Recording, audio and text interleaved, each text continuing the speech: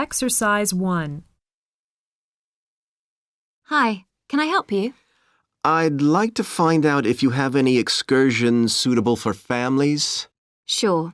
How about taking your family for a cruise?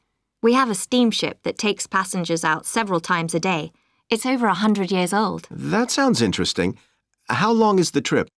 About an hour and a half. And don't forget to take pictures of the mountains. They're all around you when you're on the boat and they look fantastic. Okay. And I assume there's a cafe or something on board? Sure.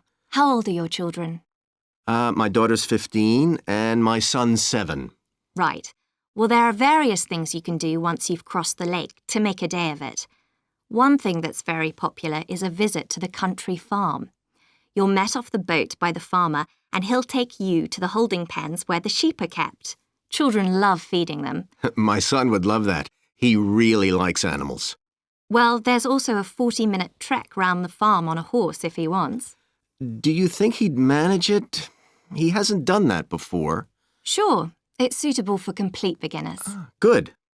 And again, visitors are welcome to explore the farm on their own, as long as they take care to close gates and so on. There are some very beautiful gardens along the side of the lake which also belong to the farm.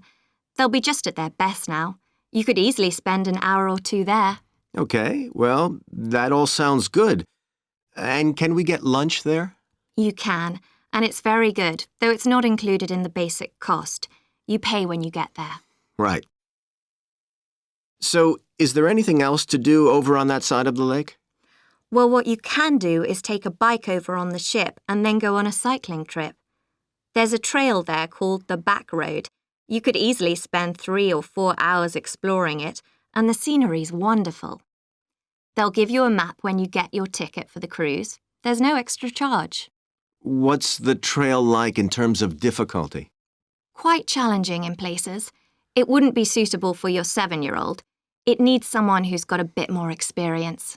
Well, my daughter loves cycling, and so do I, so maybe the 2 of us could go, and my wife and son could stay on the farm. That might work out quite well. But we don't have bikes here.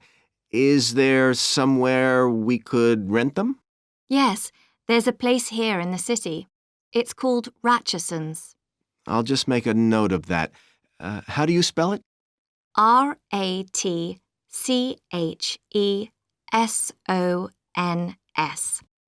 It's just by the cruise ship terminal.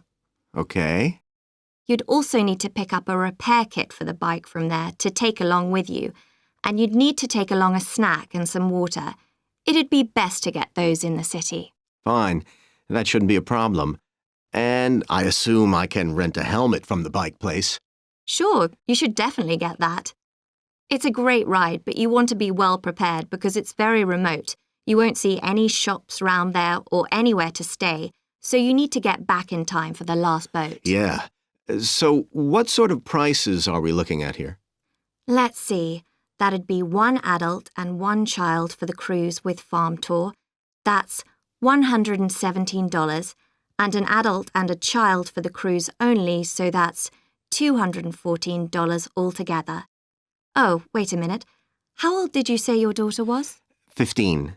Then I'm afraid it's $267 because she has to pay the adult fare, which is $75, instead of the child fare, which is $22. Sorry about that. That's okay. So how do we find out? Exercise 2. Good morning, everyone. My name's Joy Parkins, and I'm the restaurant manager.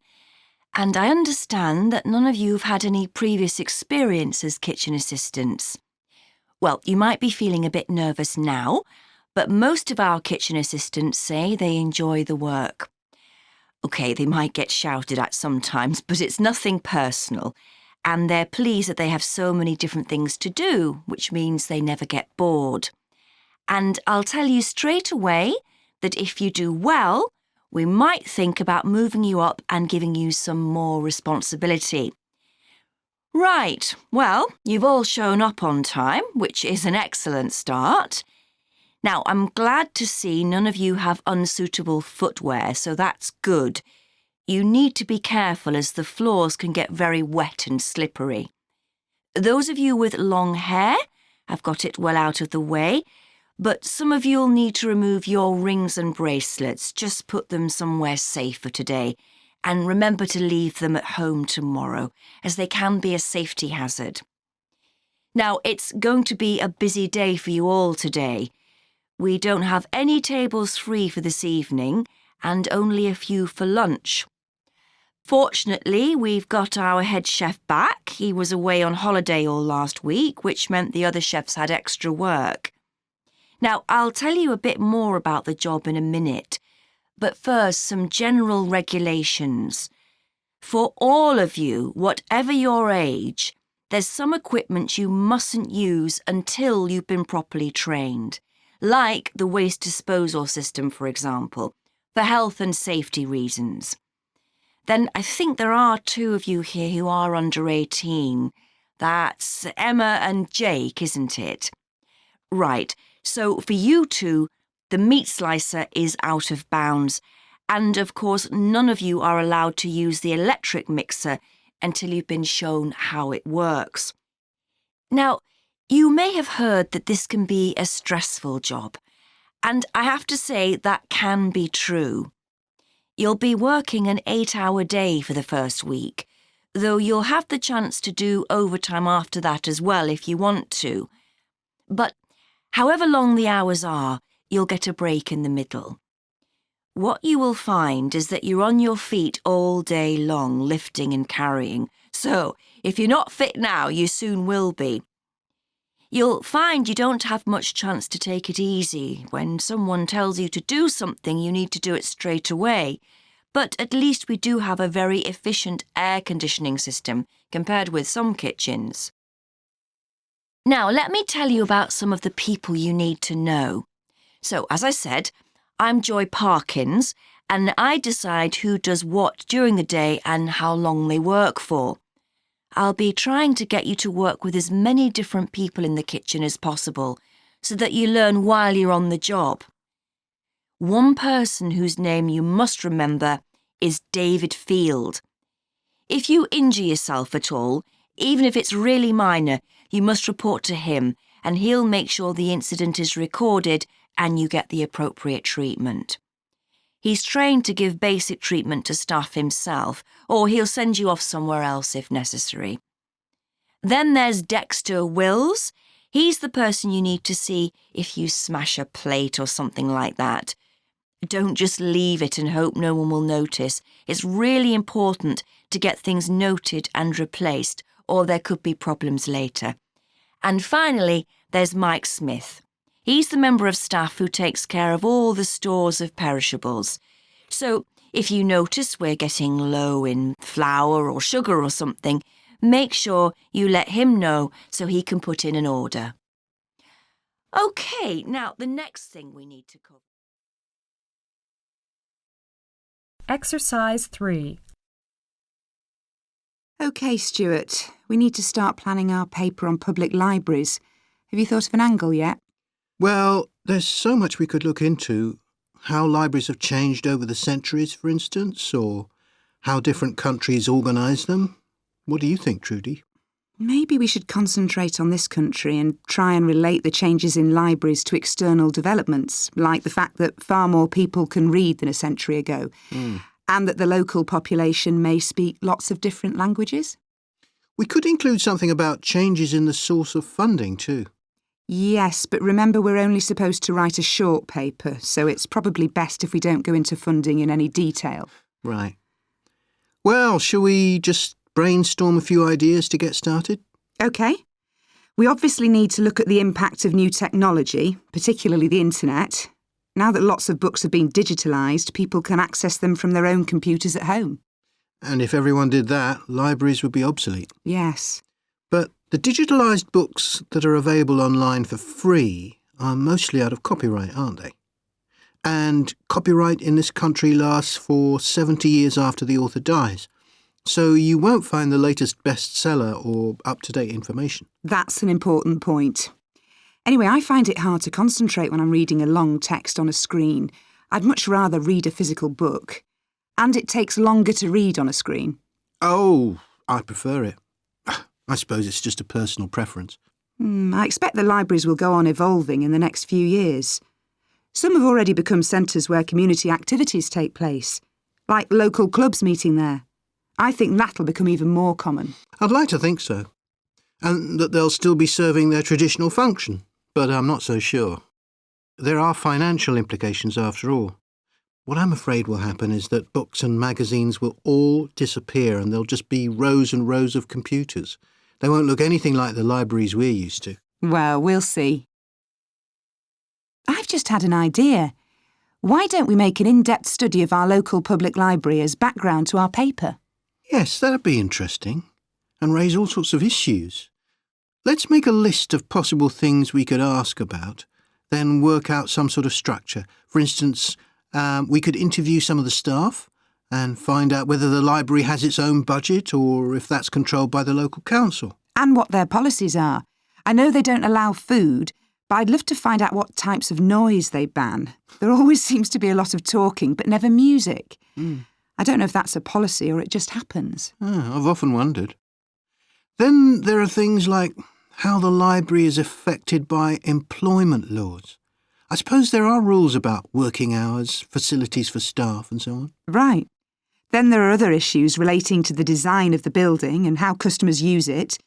Like, what measures does the library take to ensure their safety? They'd need floor coverings that aren't slippery, and emergency exits, for instance. Oh, and another thing, there's the question of the kind of insurance the library needs to have, in case anyone gets injured. Yes, that's something else to find out. You know something I've often wondered? What's that? Well, you know they've got an archive of local newspapers going back years. Well, next to it, they've got the diary of a well-known politician from the late 19th century. I wonder why it's there. Do you know what his connection was with this area? No idea. Let's add it to our list of things to find out. Oh, I've just thought, you know, people might ask in the library about local organisations like sports clubs. Well, I wonder if they keep a database or whether they just look online. Right. I quite fancy finding out what the differences are between a library that's open to the public and one that's part of a museum, for example. They must be very different. Then something else I'd like to know is... Exercise 4. In public discussion of business, we take certain values for granted. Today, I'm going to talk about 4 of them: collaboration, hard work, creativity, and excellence. Most people would say they're all good things. I'm going to suggest that's an oversimple view. The trouble with these values is that they're theoretical concepts, removed from the reality of day-to-day business. Pursue values by all means, but be prepared for what may happen as a result. They can actually cause damage, which is not at all the intention. Business leaders generally try to do the right thing, but all too often the right thing backfires if those leaders adopt values without understanding and managing the side effects that arise. The values can easily get in the way of what's actually intended. OK, so the first value I'm going to discuss is collaboration. Let me give you an example. On a management training course I once attended, we were put into groups and had to construct a bridge across a stream using building blocks that we were given. The rule was that everyone in the team had to move at least one building block during the construction.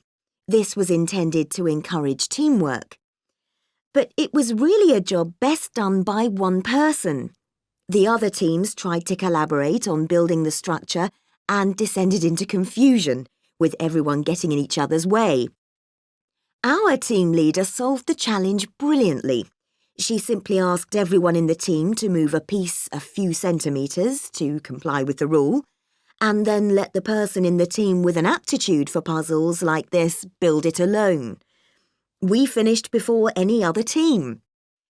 My point is that the task wasn't really suited to team working, so why make it one? Teamwork can also lead to inconsistency, a common cause of poor sales. In the case of a smartphone that a certain company launched, one director wanted to target the business market, and another demanded it was aimed at consumers. The company wanted both directors to be involved, so gave the product a consumer-friendly name, but marketed it to companies. The result was that it met the needs of neither group. It would have been better to let one director or the other have his way, not both. Now, industriousness, or hard work. It's easy to mock people who say they work hard. After all, a hamster running around in a wheel is working hard and getting nowhere. Of course, hard work is valuable, but only when properly targeted. Otherwise, it wastes the resources that companies value most, time and energy, and that's bad for the organisation. There's a management model that groups people according to 4 criteria: clever, hard-working, stupid, and lazy. Here, lazy means having a rational determination not to carry out unnecessary tasks. It doesn't mean trying to avoid work altogether. Most people display 2 of these characteristics, and the most valuable people are those who are both clever and lazy. They possess intellectual clarity and they don't rush into making decisions. They come up with solutions to save the time and energy spent by the stupid and hard-working group. Instead of throwing more man-hours at a problem, the clever and lazy group looks for a more effective solution. Next, we come to creativity. This often works well. Creating an attention-grabbing TV commercial, for example, might lead to increased sales. But it isn't always a good thing. Some advertising campaigns are remembered for their creativity without having any effect on sales. This happened a few years ago with the launch of a chocolate bar. Subsequent research showed that plenty of consumers remembered the adverts, but had no idea what was being advertised. The trouble is that the creator derives pleasure from coming up with the idea and wrongly assumes the audience for the campaign will share that feeling. A company that brings out thousands of new products may seem more creative than a company that only has a few, but it may be too creative and make smaller profits. Creativity needs to be targeted to solve a problem that the company has identified. Just coming up with more and more novel products isn't necessarily a good thing. And finally, excellence. We all know companies that claim they strive for excellence, but it takes a long time to achieve excellence. In business, being first with a product is more profitable than having the best product.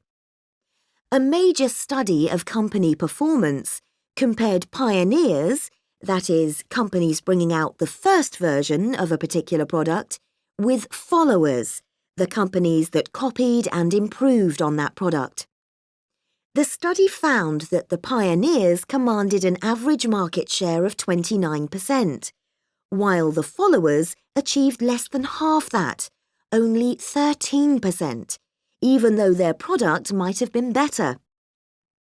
Insisting on excellence in everything we do is time-consuming, wastes energy, and leads to losing out on opportunities. Sometimes second-rate work is more worthwhile than excellence. Make sure it's excellent sounds like a good approach to business, but the just get started approach is likely to be more successful.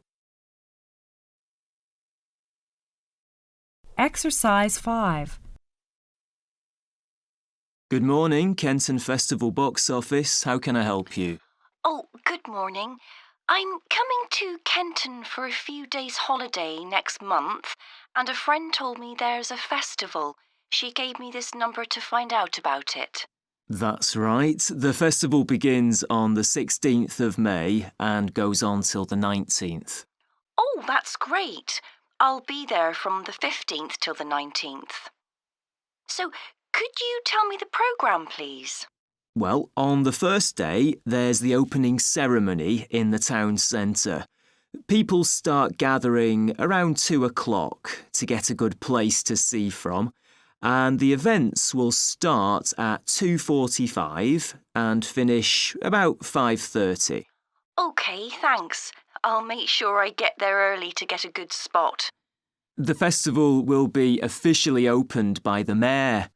He'll just speak for a few minutes, welcoming everyone to the festival. All the town councillors will be there, and, of course, lots of other people. Right. Then there'll be a performance by a band. Most years we have a children's choir, but this year the local army cadets offered to perform, and they're very good. Uh-huh. After that, a community group from the town will perform a play they've written themselves, just a short one. It's about Helen Tungate. I don't know if you've heard of her. I certainly have. She was a scientist years ago. That's right. She was born in Kenton exactly 100 years ago, so we're celebrating her centenary. I'm a biologist, so I've always been interested in her. I didn't realise she came from Kenton. Yes. Well, all that will take place in the afternoon, and later, as the sun sets, there'll be a firework display. You should go to the park to watch, as you'll get the best view from there. And the display takes place on the opposite side of the river. It's always one of the most popular events in the festival. Sounds great. And what's happening on the other days? There are several events that go on the whole time. For example, the students of the art college have produced a number of videos, all connected with relationships between children and their grandparents. That sounds interesting. It makes a change from children and parents, doesn't it? Exactly. Because the art college is in use for classes throughout the festival, the videos are being shown in Handsworth House. How do you spell the name? Handsworth.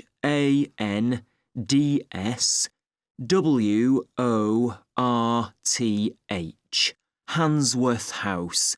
It's close to the town hall. Right. Now, let me see, what else can I tell you about? Are there any displays of ballet dancing? I'm particularly interested in that, as I do it as a hobby. There isn't any ballet, I'm afraid, but there'll be a demonstration of traditional dances from all round the country. Well, that'd be nice. Where's that being held? It's in the market in the town centre. The outdoor one, not the covered market. And it's on at 2 and 5 every afternoon of the festival, apart from the first day. Lovely. I'm interested in all kinds of dancing, so I'm sure I'll enjoy that. I'm sure you will. And I'd really like to go to some concerts, if there are any. Yes, there are several. 3 performed by professionals and 1 by local children. And where is it being held? It's in the library, which is in Park Street. On the 18th at 6:30 in the evening. I presume I'll need tickets for that. Yes, you can book online, or you can buy them when you arrive in Kenton, either at the festival box office or from any shops displaying our logo in the windows. Well, I think that'll keep me busy for the whole of my stay in Kenton. Thank you so much for all your help. You're welcome. I hope you enjoy your stay. Thank you. Goodbye. Exercise 6. Right. I've now almost succeeded in finalising plans for our tour, so I'll bring you up to date with what I know. As you know, we're flying first to Munich on Monday the 4th. The flight is at 11:30, so it's too early to have lunch at the airport. I suggest we meet there for coffee at 10, which should give us plenty of time for breakfast before we leave home. When we arrive in Munich, we'll be met at the airport by Klaus Bauer. Klaus works for a tour operator, and he'll look after us for the time we'll be in Germany. He's already liaised with the managers of the theatres we're going to visit, and he's also arranged for an officer of the National Theatre in Munich to show us round the theatre one afternoon during our stay. Now, last time we discussed this trip, I didn't have the precise cost for hotel rooms, but now I have. The normal rate at the hotel where we're staying is €150 a night for a double room. I'd hoped to get that down to €120, but in fact I've been able to negotiate a rate of $110. That'll be reflected in the final payment, which you'll need to make by the end of this week. On Tuesday, the day after our arrival, I had hoped we could sit in on a rehearsal at one of the theatres, but unfortunately that's proved very difficult to arrange. So instead, we'll have a coach trip to one of the amazing castles in the mountains south of Munich. On Tuesday evening, we'll all have dinner together in a restaurant near our hotel. From talking to you all about your preferences, it was clear that a typical local restaurant would be too meat-oriented for some of you. Some of you suggested an Italian restaurant, but I must confess that I decided to book a Lebanese one, as we have plenty of opportunities to go to an Italian restaurant at home. On Wednesday afternoon, the director of the play we're going to see that evening will talk to us at the theatre. She'll describe the whole process of producing a play, including how she chose the actors, and, as the play we're going to see is a modern one, how she worked with the playwright. Right. Now I'd just like to make a few points about the plays we're going to see, partly because it might influence your choice of clothes to take with you. The play we're seeing on Wednesday evening is a modern one, and we're going to the premiere, so it'll be quite a dressy occasion, though of course you don't have to dress formally. I gather it's rather a multimedia production, with amazing lighting effects and a soundtrack of electronic music, though unfortunately the playwright is ill and is unlikely to be able to attend. On Thursday, we're seeing a play that was first performed last year, when it was commissioned to mark 100 years since the birth in the town of a well-known scientist. We're going to see a revival of that production, which aroused a lot of interest. Friday's play will really make you think hard about what clothes to pack, as it'll be in the garden of a palace. It's a beautiful setting, but I'd better warn you, there won't be much protection from the wind. On Saturday, we're going by coach to a theatre in another town, not far from Munich. This will be the opening of a drama festival, and the mayor and all the other dignitaries of the town will be attending.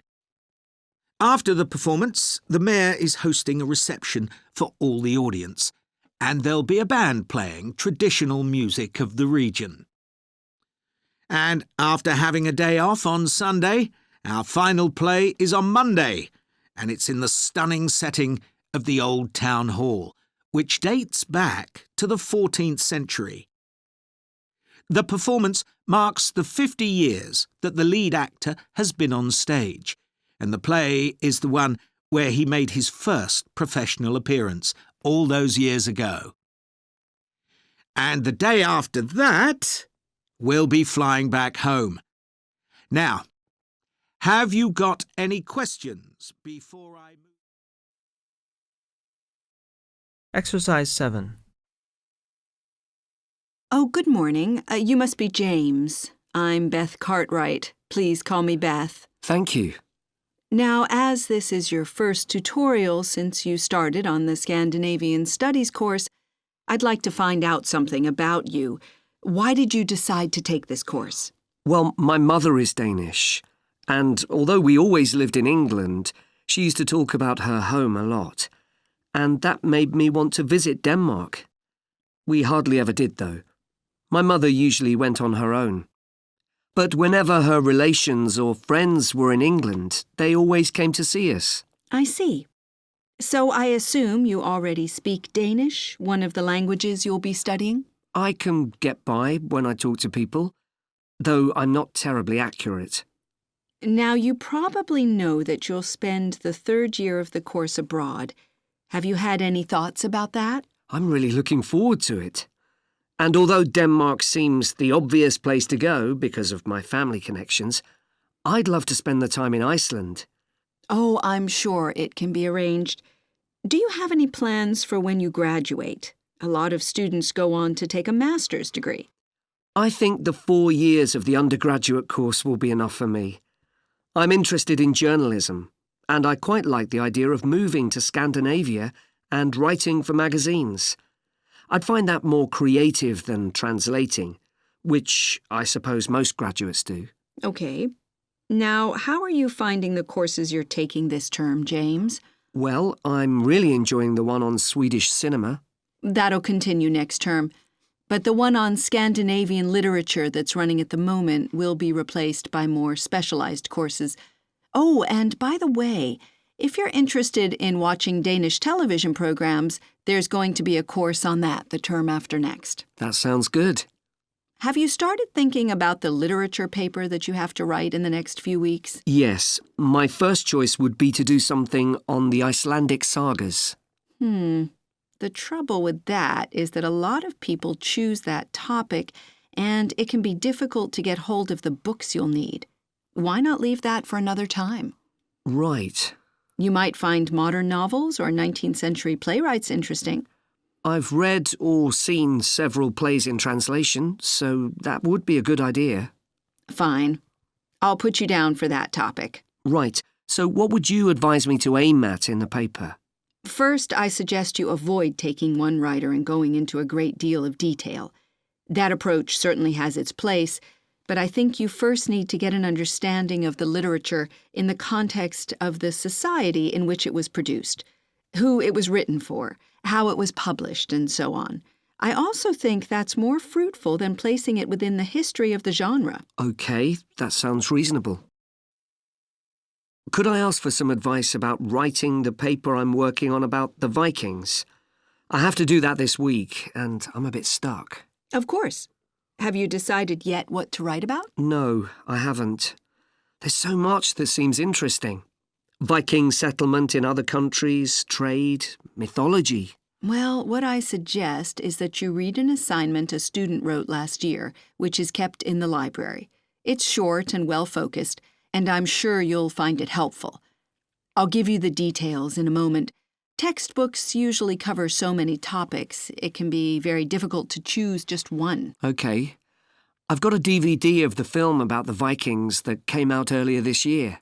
Should I watch that again? If it's the one I am thinking of, I'd ignore it. It's more fantasy than reality. But I've got a recording of a documentary that you should watch. It makes some interesting and provocative points, which I think will help you to focus your topic. Right. So then, should I work out an outline? Yes, just headings for different sections at this stage. And then you should start looking for suitable articles and books to draw on, and take notes which you organize according to those headings. I see. Then put short phrases and sentences as bullet points under each heading.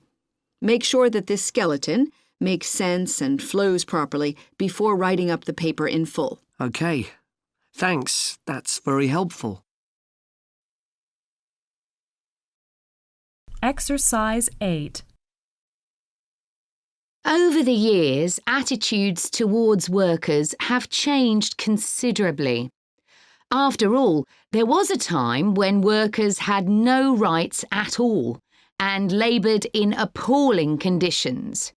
Conditions have improved a lot, but conflict in the workplace is still common. And human resources managers nowadays need to be able to deal with it when necessary. What is conflict in the workplace?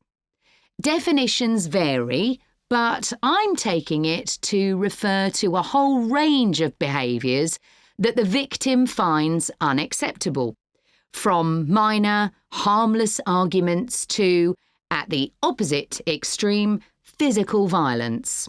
Much of this is covered by the term bullying, by which I mean one or more people behaving abusively or aggressively against another who is in a weaker position. Although all behaviour like this is a form of conflict, not all conflict can be described in these terms. As with all human behaviour, there are numerous reasons for it, but often it's caused by someone who feels the need to show their superiority over someone else in order to feel that they aren't at the lowest level in a hierarchy or a group of people. In some cases, one person simply dislikes the other on the basis that the personality of one is in some way incompatible with that of the other person. A general habit of optimism in one person could make them intolerant of a colleague who's constantly pessimistic. Not that that justifies treating them badly, of course. Some conflicts arise when people are more interested in promoting themselves and their team than in the company as a whole.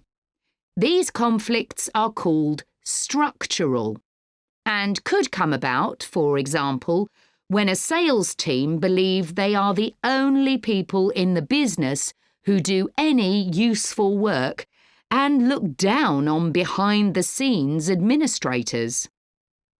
Conflict obviously affects the individuals concerned.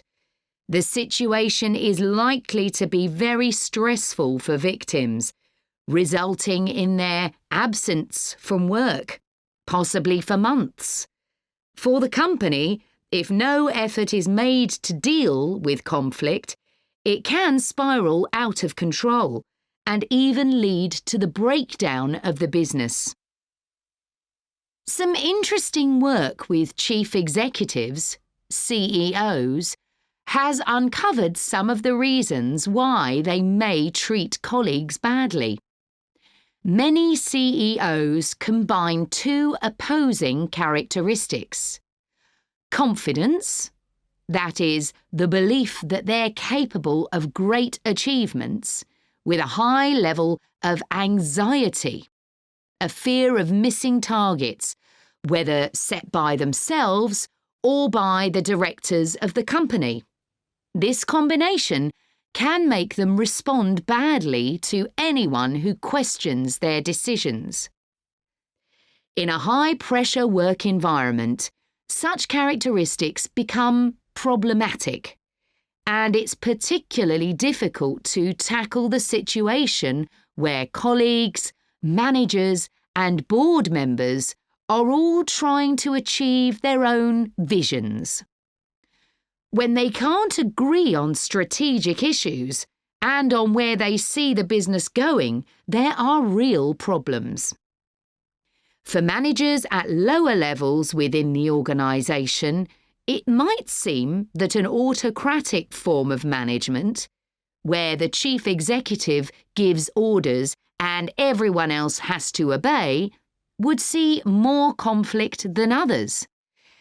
Interestingly, though, a company with a more democratic business model can suffer more when uncertainty about who to report to leads to conflicting demands. Now I'll say a little about dealing with the type of conflict that has harmful effects.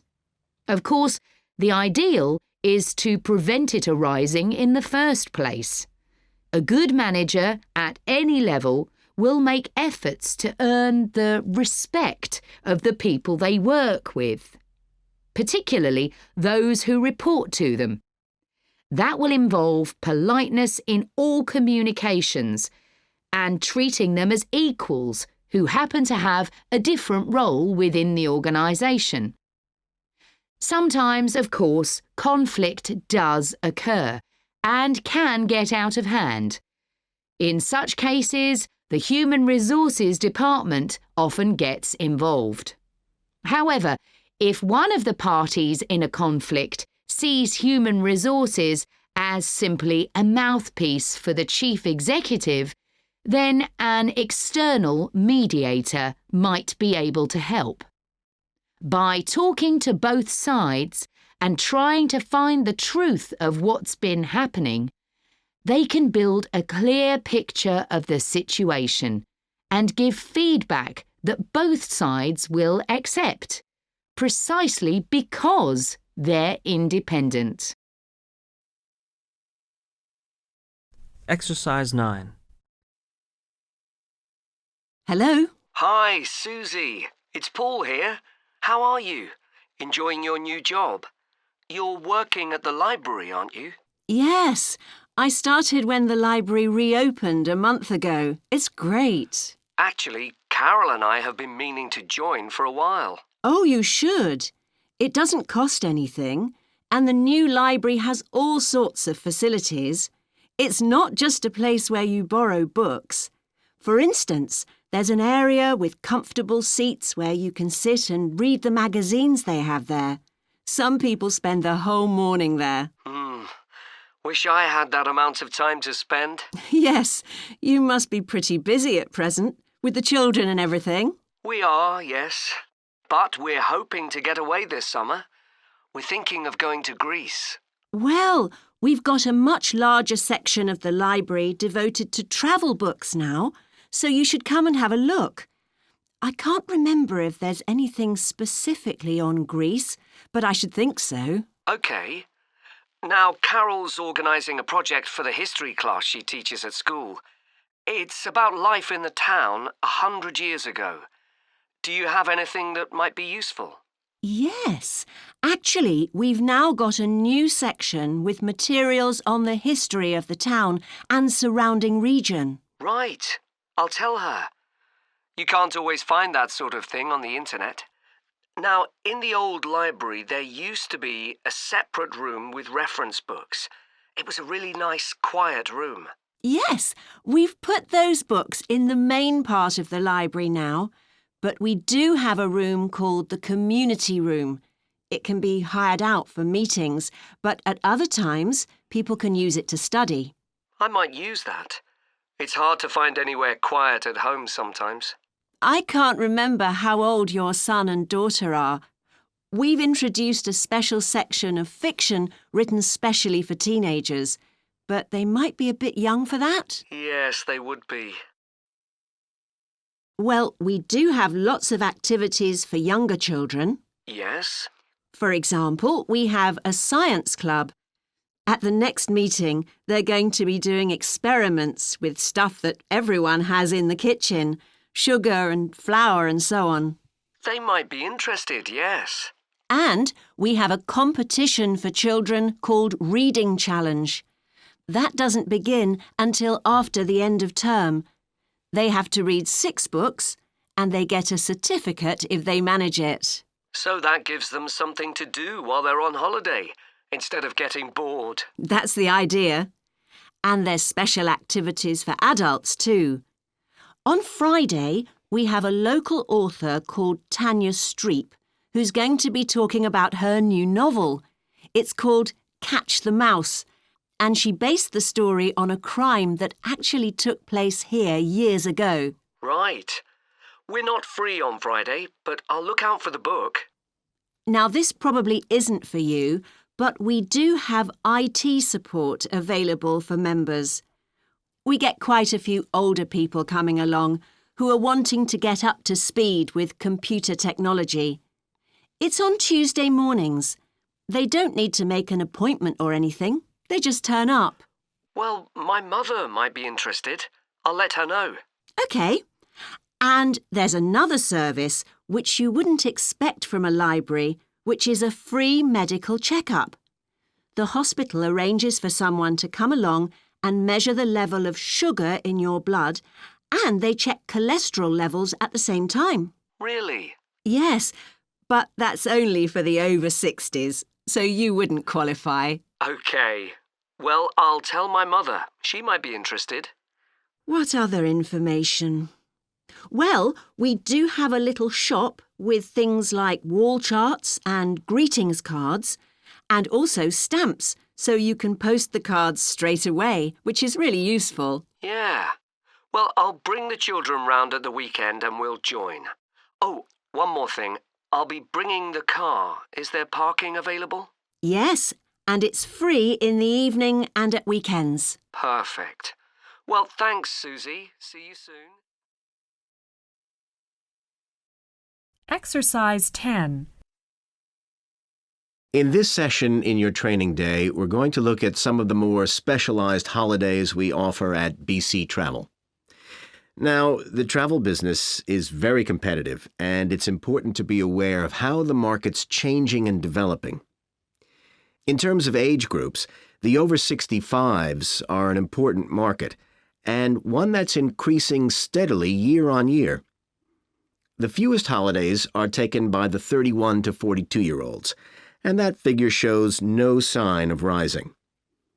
The biggest market at present is still the youngest group, the 16 to 30s, but this group's also seen the biggest drop over the last few years, whereas there's a noticeable growth in the number of holidays taken by the 55 to 64-year-olds. As far as the 43 to 54-year-olds are concerned, bookings there are steady, but I have to say we haven't seen the increase we expected. One trend we're noticing with nearly all age groups is the growing popularity of holidays in which clients do some kind of specialized activity. I'm not talking here about adventure holidays where clients take part in high-risk activities like whitewater rafting just for the thrill of it. Activity holidays usually involve rather less high-risk sports or things like art and music. They're not necessarily cheaper than ordinary holidays, often the opposite in fact, but they do often take place outside the main tourist centers, which gives an opportunity for clients to find out more about the local people and customs. And many say this is one of the most positive features of these holidays. Of course, they offer the chance to develop a new skill or talent, but clients often say that more than this, it's the chance to create lasting relationships with other like-minded people. That's the main draw. Let me give you some examples of BC travel activity holidays. Our painting holidays take place in 4 different centers in France and Italy, and they're very popular with clients of all abilities from beginners onwards. We've got an excellent team of artists to lead the classes. Some of them have been with us from the start, and 5 additional ones will be joining us this year so that we can offer a greater number of classes in each center. As far as cooking holidays are concerned, I know a lot of agents offer holidays where clients cook recipes related to one particular country, usually the one they're staying in, but we focus on dishes from a great many different ones. Apart from that, you'll find the usual emphasis on good quality organic ingredients. That's more or less a given nowadays, and there are generally some meat-free recipes included. Our photography holidays take place in a wide range of countries from Iceland to Vietnam, and clients have the opportunity to see some stunning scenery. Groups are small, no more than 8, so clients can have one-on-one tuition during the holiday, and excursions are arranged with fully trained guides. At the end of each holiday, an exhibition is held of the photographs taken, so that clients can see one another's work and receive valuable feedback from the tutor. Finally, let me tell you about our fitness holidays. In Ireland and Italy, we run one-week general fitness classes for all ages and levels of fitness. Clients start the course with a consultation with a trainer, and together they draw up an individual program. As well as improving general fitness, clients find that they end up losing much of the stress they've built up in their daily lives. In Greece, we have a 2-week holiday for clients who want to do something about their weight. This has all the features you'd expect, like a personalized diet program, but one of its most popular features is that the exercise classes are all held on the beach. People say it's far preferable to being in a gym. Finally, we offer several holidays in Morocco. One very popular one is the mountain biking holiday. Bikes are provided, and there are different routes according to people's ability. We offer one which is tailored to the needs of families, which is particularly popular. Okay, so that's about all the time I have today, so thank you very much. Exercise 11. Dave, I'm worried about our case study. I've done a bit of reading, but I'm not sure what's involved in actually writing a case study. I missed the lecture where Dr. Baker talked us through it. OK, well, it's quite straightforward. We've got our focus. That's tourism at the Horton Castle site. And you said you'd done some reading about it? Yes, I found some articles and made notes of the main points. Did you remember to keep a record of where you got the information from? Sure. I know what a pain it is when you forget that. OK, so we can compare what we've read. Then we have to decide on a particular problem or need at our site. And then think about who we're going to interview to get more information. OK, so who'd that be? The people who work there? And presumably some of the tourists too? Yes, both those groups. So we'll have to go to the site to do that, I suppose. But we might also do some of our interviewing away from the site. We could even contact some people here in the city, like administrators involved in overseeing tourism. OK, so we'll need to think about our interview questions and fix times and places for the meetings. It's all going to take a lot of time. And if we can, we should ask our interviewees if they can bring along some numerical data that we can add to support our findings. And photographs? I think we have plenty of those already. But Dr. Baker also said we have to establish with our interviewees whether we can identify them in our case study or whether they want to be anonymous. Oh, I wouldn't have thought of that.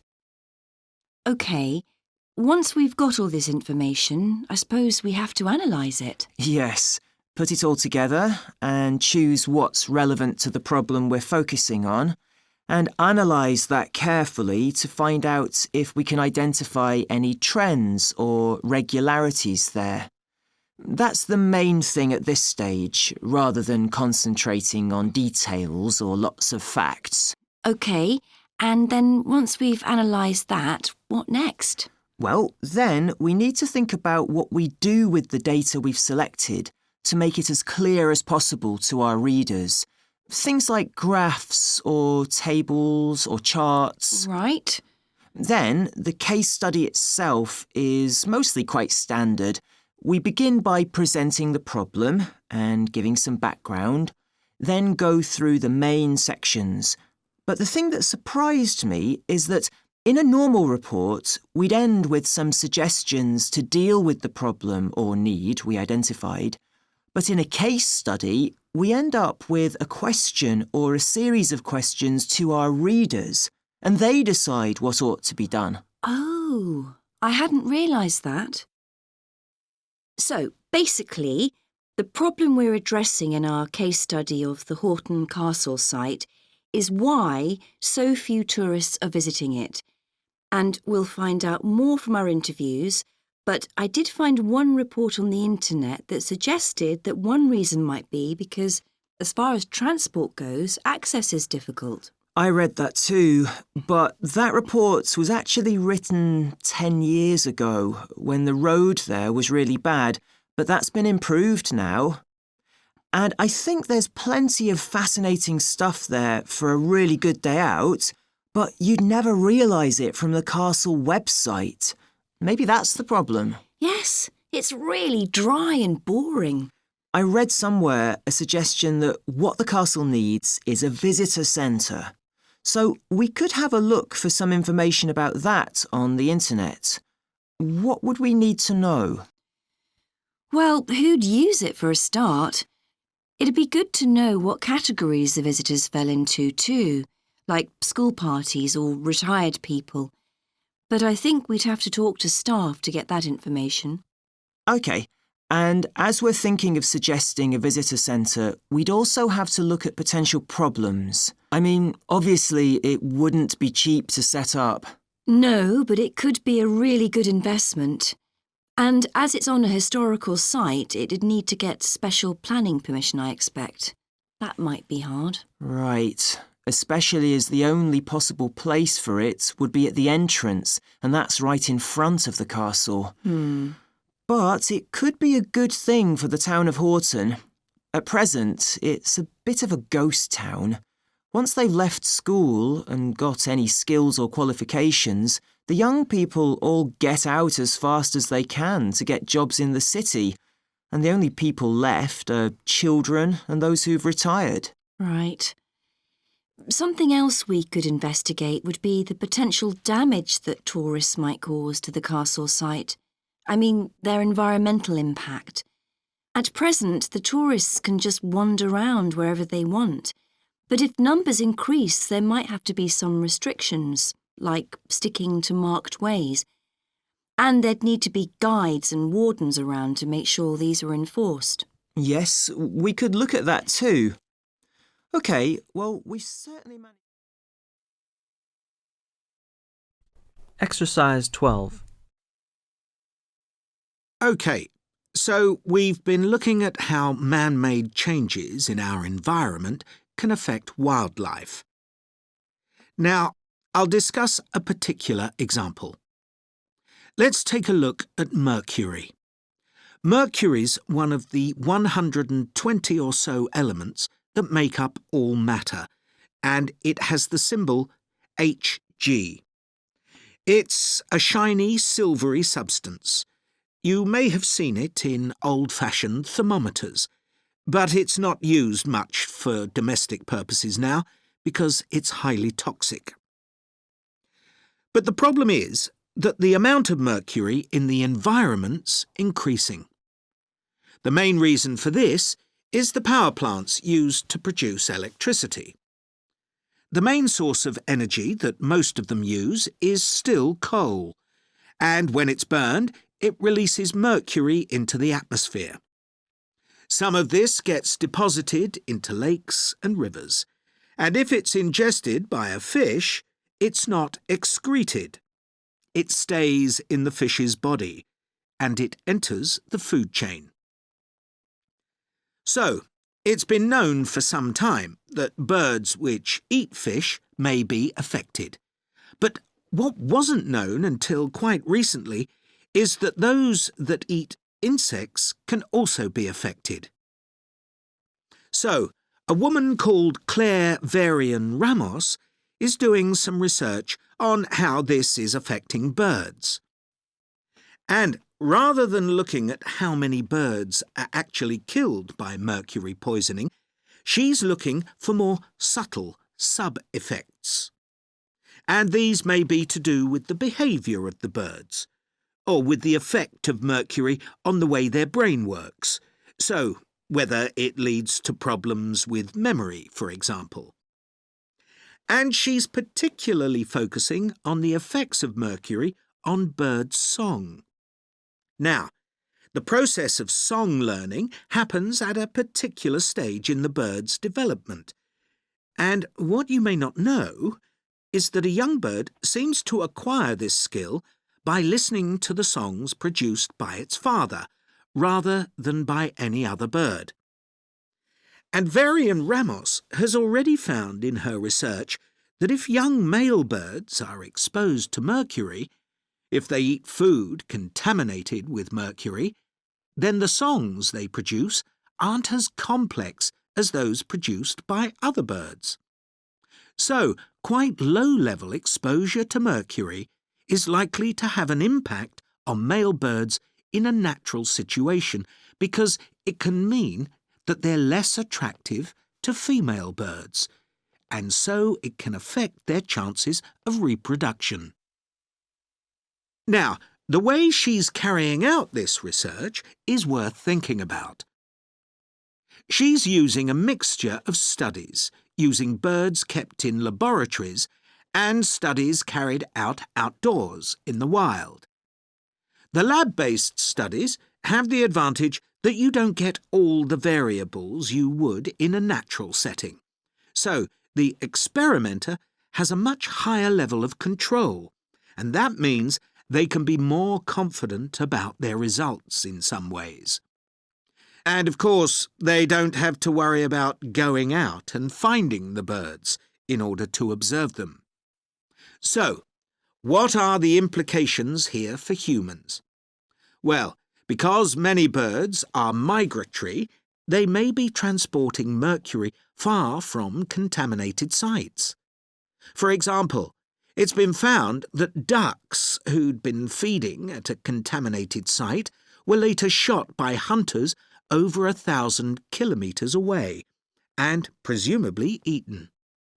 But these birds likely had mercury levels high enough to warrant concern for human consumption. In addition, going back to song learning by birds, we saw that this may be affected by mercury contamination. Well, we also know that in humans, mercury causes developmental delays in the acquisition of language.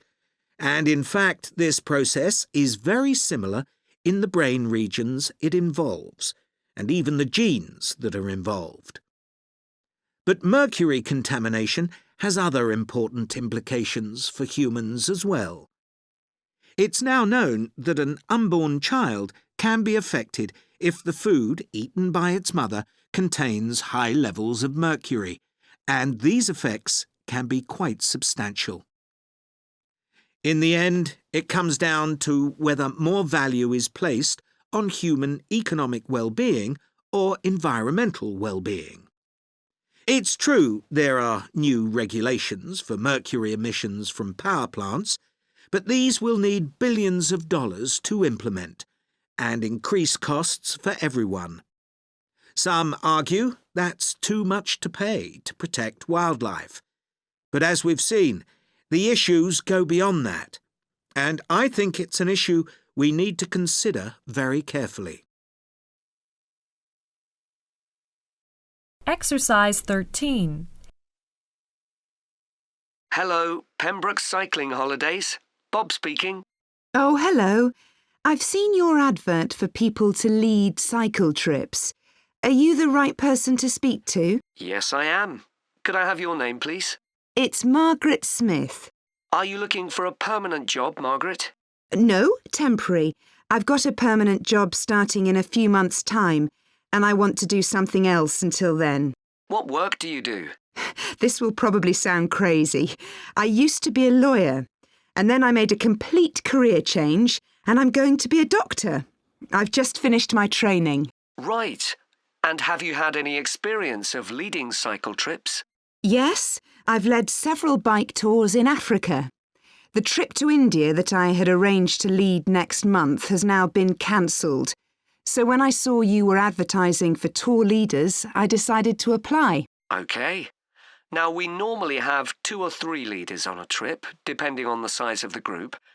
Some tours are for very experienced cyclists, but we've got a tour coming up soon in Spain, which is proving so popular we need an additional leader. It's a cycling holiday for families. Would that suit you? It certainly would. I enjoy working with children, and I probably need some more experience before I go on a really challenging trip. That tour includes several teenagers. Have you worked with that age group before?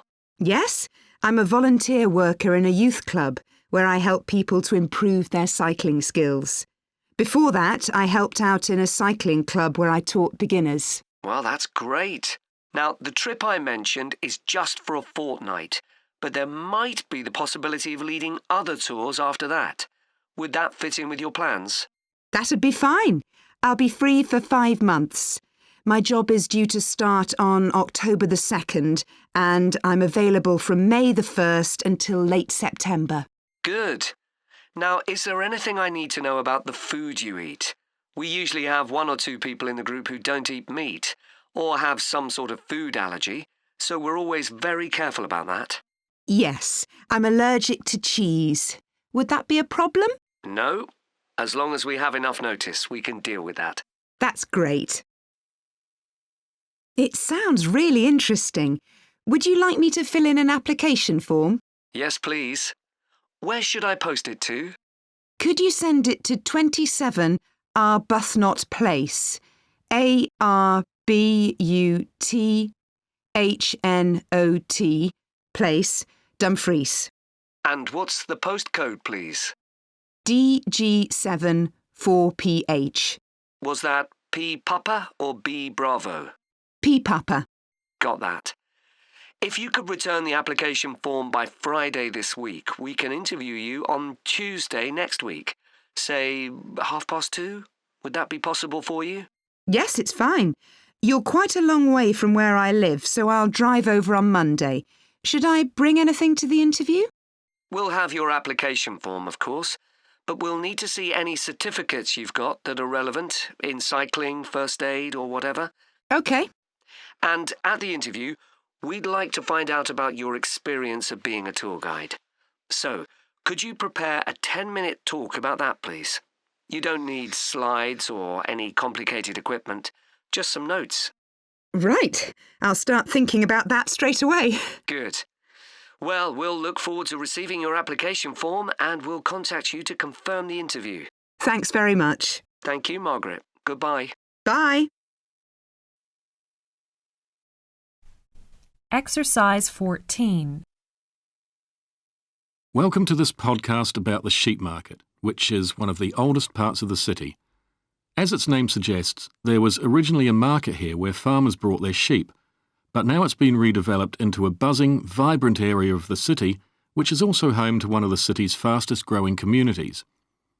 The nearby university has always meant the area's popular with students who come in to enjoy the lively nightlife, but now graduates embarking on careers in the worlds of fashion and design are buying up the new apartments recently built here to replace the small houses where the market workers used to live. The narrow old side streets are great places for finding original pictures, jewellery and ceramics which won't break the bank, as well as local produce like fruit and vegetables. There's also lots of pavement cafes where you can have a coffee and watch tourists from all over the world go by. The oldest buildings in the area are on the main streets, including the city's first department store, built in the 1880s, which is still open today. The sheep market is a centre for fashion, and there's a policy of encouraging new young designers.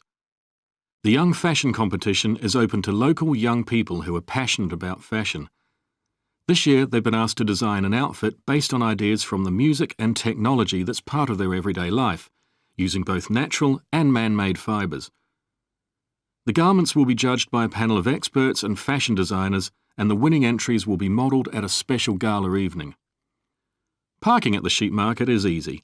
There are plenty of pay and display car parking spaces on the roadsides, which are fine if you just want to stay for an hour or two. But if you want to spend the day there, it's better to park in one of the 4 underground car parks. It's not expensive, and if you can present a receipt from one of the local stores, you'll not be charged at all. After 6 p.m, many of the car parks have a flat rate which varies, but it is usually very reasonable. The sheep market is one of the main centres for art and history in the whole of the country. If you look at our map, you'll see some of the main attractions there. Most visitors start from Crawley Road at the bottom of the map. The Reynolds House is one of the oldest houses in the city and is open to the public. It's on the north side of Crawley Road, next to the footpath that leads to the public gardens. The area is particularly interesting for its unusual sculptures. The thumb is just what its name suggests, but it's about 10 metres high. You'll see it on Hill Road, across the road from the bank. The museum's got a particularly fine collection of New Zealand landscapes. It's on the east side of the sheep market, on City Road. It's on the other side of the road from the public gardens immediately facing the junction with Hill Road. The Contemporary Art Gallery is on a little road that leads off Station Square, not far from the public gardens. The road ends at the gallery. It doesn't go anywhere else. That's open every day except Mondays. The Warner Gallery specialises in 19th century art. It's on City Road, near the junction with Crawley Road, on the same side of the road as the public gardens. It's open on weekdays from 9 to 5 and entry is free.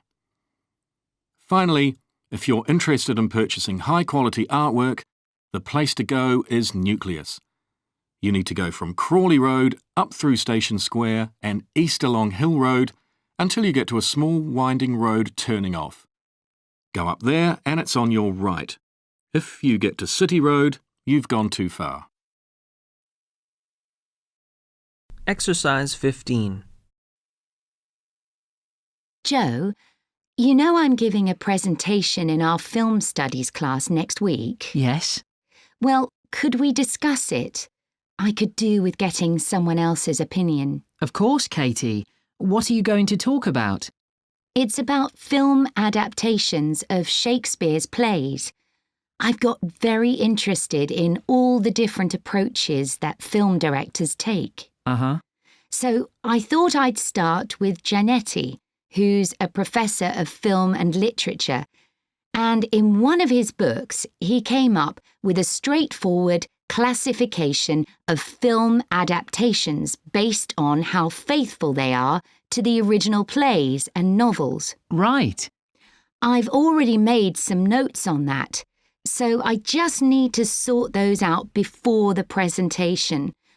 I thought that next I'd ask the class to come up with the worst examples of Shakespeare adaptations that they've seen, and to say why. That should be more fun than having their favourite versions. Yes, I can certainly think of a couple. Right. Next, I want to talk about Rachel Malco. I came across something on the internet about her work on film adaptations, and I was thinking of showing some film clips to illustrate her ideas. Will you have enough time, though, both to prepare and during the presentation? After all, I doubt if you'll be able to find all the clips you want. Perhaps you're right. OK, well, I'd better do some slides instead, saying how various films relate to what she says.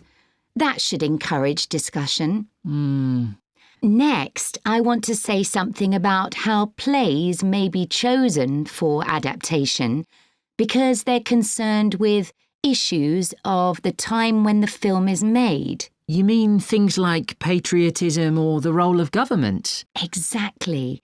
It's quite tricky, but I've got a few ideas I'd like to discuss.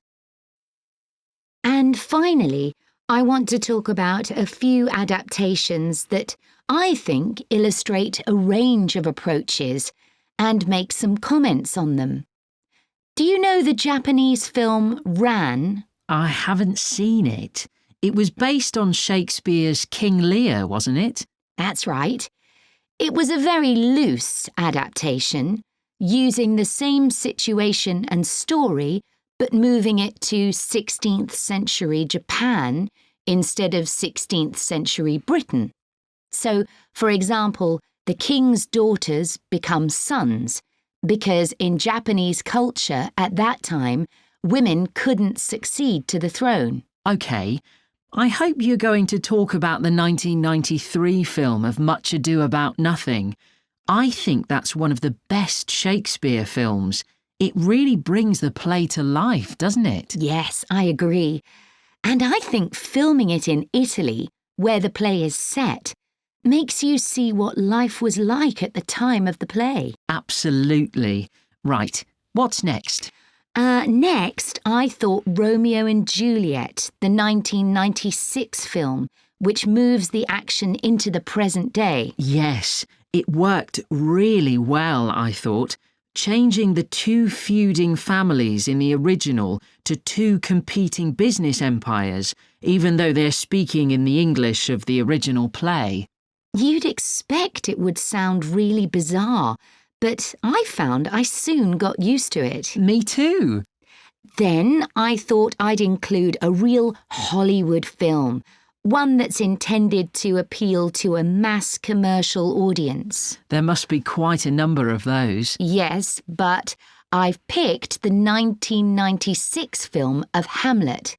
It included every line of the text, but it's more like a typical action hero movie. There are loads of special effects, but no unifying interpretation of the play. All show and no substance. Exactly. Then there's Prospero's books, based on The Tempest. That was really innovative from a stylistic point of view. Didn't it include dance and singing and animation as well as live actors? Yes, it did. I also want to mention Looking for Richard. Did you ever see it? No, but I've read about it. It was a blend of a documentary with a few scenes from Richard III, wasn't it? That's right. It's more a way of looking into how people nowadays connect with the playwright. The play is really just the starting point. And that'll be where I finish. Well, it sounds as though it'll be very interesting. Exercise 16. This lecture will be about the science of acoustics, the study of sound, in relation to urban environments such as cities. As an acoustic engineer myself, I think this is an area where we're likely to see great changes. In the past, researching urban soundscapes was simple. We measured levels of sound in decibels, so I used to take my sound meter and I measured the noise somewhere. And then I might ask a sample of people to say at what level the sound became annoying. With data like this, acoustic engineers have been able to build up what we call noise maps, maps of the sound environment.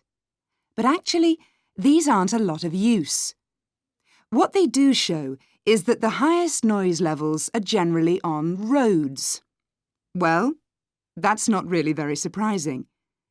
But there's quite a lot going on that these maps don't show, because they can't capture the complex way that sound varies over time. So they ignore important issues such as the noise someone might hear from the open windows or gardens of their neighbours. And this sort of noise can be quite significant in summer. We don't have any databases on this sort of information. As well as that, these records of sound levels take no account of the fact that people vary in their perceptions of noise. So someone like me with years of working in acoustics might be very different from you in that regard. But anyway, even though these noise maps are fairly crude, they've been useful in providing information and raising awareness that noise matters. We need to deal with it, and so it's a political matter. And that's important. We need rules and regulations because noise can cause all sorts of problems. Those of you who are city dwellers know that things go on 24 hours a day, so city dwellers often suffer from interrupted sleep. It's also known that noise can lead to a rise in levels of stress due to physical changes in the body affecting the composition of the blood. And there are other problems as well. For instance, if school children don't have a quiet place to study, their work will suffer. Now, one problem with decibel measurement is that it doesn't differentiate between different types of noise. Some types of sounds that most people would probably think of as nice and relaxing might well score quite highly in decibel levels. Think of the sound made by a fountain in a town square, for example. That's not necessarily something that we'd want to control or reduce. So maybe researchers should consider these sorts of sounds in urban design. This is going to be tricky, because just measuring decibel levels isn't going to help us here. Instead, many researchers are using social science techniques, studying people's emotional response to sound by using questionnaires and so on. So what exactly do people want to hear in an urban environment? Some recent interdisciplinary research has come out with results that at first sight seem contradictory. A city needs to have a sense of activity, so it needs to be lively, with sounds like the clack of high heels on a pavement or the hiss of a coffee machine. But these mustn't be too intrusive, because at the same time we need to be able to relax. One of the major problems in achieving this will be getting architects and town planners to use the research. Apart from studying the basics of acoustics, these people receive very little training in this area. But in fact, they should be regarding sound as an opportunity to add to the experience of urban living, whereas at present they tend to see it as something to be avoided or reduced as far as possible, or something that's just a job for engineers, like the street drainage system. What's needed is for noise in cities to be regarded as an aesthetic quality, as something that has the qualities of an art form. If we acknowledge this, then we urgently need to know what governs it and how designers can work with it. We need to develop a complex understanding of many factors. What is the relationship between sound and culture? What can we learn from disciplines such as psychology about the way that sound interacts with human development and social relationships, and the way that sound affects our thoughts and feelings? Can we learn anything from physics about the nature of sound itself? Today's powerful technologies can also help us. To show us their ideas and help us to imagine the effect their buildings will have, architects and town planners already use virtual reality, but these programs are silent. In the future, such programs could use realistic sounds, meaning that soundscapes could be explored before being built. So hopefully, using the best technology we can lay our hands on, the city of the future will be a pleasure to the ears as well as the eyes.